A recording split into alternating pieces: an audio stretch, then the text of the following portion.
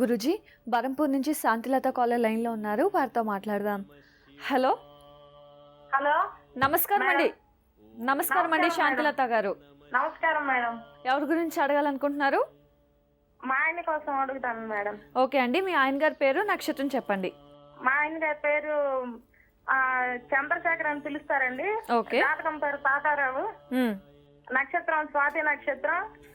పుట్టిన తేదీ 21/1/1971. పుట్టిన సమయం? పుట్టిన సమయం 11:40. సరేనండి, మాట్లాడండి గురూజీతో. నమస్తే తల్లి. నమస్తే గురువు గారు, మీతో నమస్తే గురువు గారు, మీ పాదాలకు చదువుకోవటం వందనాలు. మా ఆశీస్సులో ఉంటుంది తల్లి. అసలు మాట్లాడలేకపోతున్నాను గురువు గారు, ఖాళీ చేతులు అనిపోతున్నాయి. గురువు గారు, మీ కాల్ కలిసినందుకు చాలా అదృష్టవంతురాలు గురువు గారు. సరే తల్లి, మంచిదమ్మా. ఎప్పటి నుంచి ట్రై చేస్తున్నాం, మీ కాల్ కలిసినందుకు చాలా ఆనందంగా ఉంది గురువు గారు. గురువు గారు, మాకు మా ఆయన కోసం అడుగుతాను గురువు గారు. సరే తల్లి. చాలా సమస్యలు గురువు గారు. స్వాతి నక్షత్రం తులారాశిలో జన్మించారు మీ భర్త. 4వ పాదం గురువు గారు. అవును తల్లి, 4వ పాదం రాత్రిపూట జన్మించారు. జన్మజాతకం అయితే చాలా బాగుంది. అష్టమ శని, అష్టమ స్థానంలో నీచ శని ఉన్నాడు జన్మజాతకంలో. అంతేకాకుండా దుస్థానంలో రాహు ఉన్నాడు 12 ఇంట్లో. ఇలా ఉందంటే జీవితంలో మీ భర్తకి జీవితం అంతా విరక్తి అయిపోయింది తల్లి. అతనికి ఊహ తెలిసినప్పటి నుంచి కష్ట జీవితమేమ్మా. ఏం పని చేస్తాడు మీ భర్త చెప్పండి? అతను రైల్వేలో చేస్తున్నారు గురువు గారు. గవర్నమెంట్ జాబా? గవర్నమెంట్ జాబ్ గురువు గారు. ఎన్ని సంవత్సరాల నుంచి? ఇప్పుడు 19 సంవత్సరాలు అయింది గురువు గారు చేస్తున్నారు. సరే తల్లి, ఏం తెలుసుకోవాలి మీ భర్త జాతకంలో చెప్పండి. నాకు 2 అమ్మాయిలు గురువు గారు. పెద్ద పాప ఇంటర్ చదువుతుంది, రెండో పాప ఇప్పుడు 4th క్లాస్ చదువుతుంది గురువు గారు. దాని తర్వాత నాకు ఎప్పుడు ఒంట్లో పోకూడదు గురువు గారు.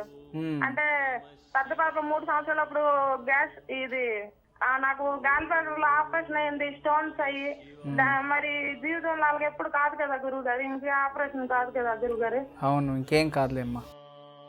అదే నేను భయపడుతున్నాను గురువు గారు. 2 అమ్మాయిలు, నాకు మాట్లాడాలంటే గురువు గారు వణుకొచ్చేస్తుంది.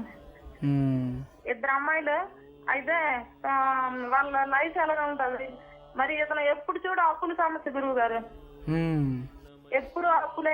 ఇప్పుడు ఇక్కడ 1 లక్ష తెచ్చారంటే మళ్ళీ నెక్స్ట్ టైం ఇంకో దగ్గర అప్పు తయారైపోతుంది గురువు గారు. కాదమ్మా, ఇతను జాతకంలోనే వచ్చింది. ఇతను ఊహ తెలిసినప్పటి నుంచే కష్ట జీవితమే అని. ఆ రోజు నుంచి ఈ రోజు వరకు అప్పుల జీవితమే అయిపోయింది ఇతని లైఫ్. అప్పులు గురువు గారు. ఎంత ఉద్యోగం ఉంది, డబ్బు వస్తుంది, కానీ నిలబడదు. ఎన్నో బాధలు పడ్డాను గురువు గారు. అంత ముద్దుకు పెరిగాను, ఎన్నో బాధలు పడ్డాను. నా తల్లిదండ్రి చూడబెట్టి నేను ఎలాగున్నాను. ఆ బాబా దైవలం మీతో మాట్లాడుతున్నాను. సరే అమ్మా, నేను కొన్ని పరిహారాలు చెప్తాను, చేయండి గురువు గారు. ప్రతి సోమవారం శివాలయంలో నువ్వుల నూనెతో 2 దీపాలు వెలిగించు. మంగళవారం నాగదేవతలకు పాలు పోయి, మీ భర్త చేతిలో శుక్రవారము గోమాతకి ఏదైనా తినబెట్టి 5 ప్రదక్షిణలు చేయమను. మీకు ఆరోగ్యమో సరిపోతుంది, మీ భర్తకి మంచి యోగం కలిసి వస్తుంది తల్లి. జాతకంలో శని బలము లేదు, తర్వాత రాహు బలము లేదు. ఈ రాహు మరియు శనికి సంబంధించినట్టుగా ఏదైనా శాంతులు పూజలు చేసుకుంటూ ఉంటే మంచి జరుగుతుందమ్మా. ఎప్పుడు మా ఆశీస్సులు ఉంటాయి తల్లి. నమస్తే.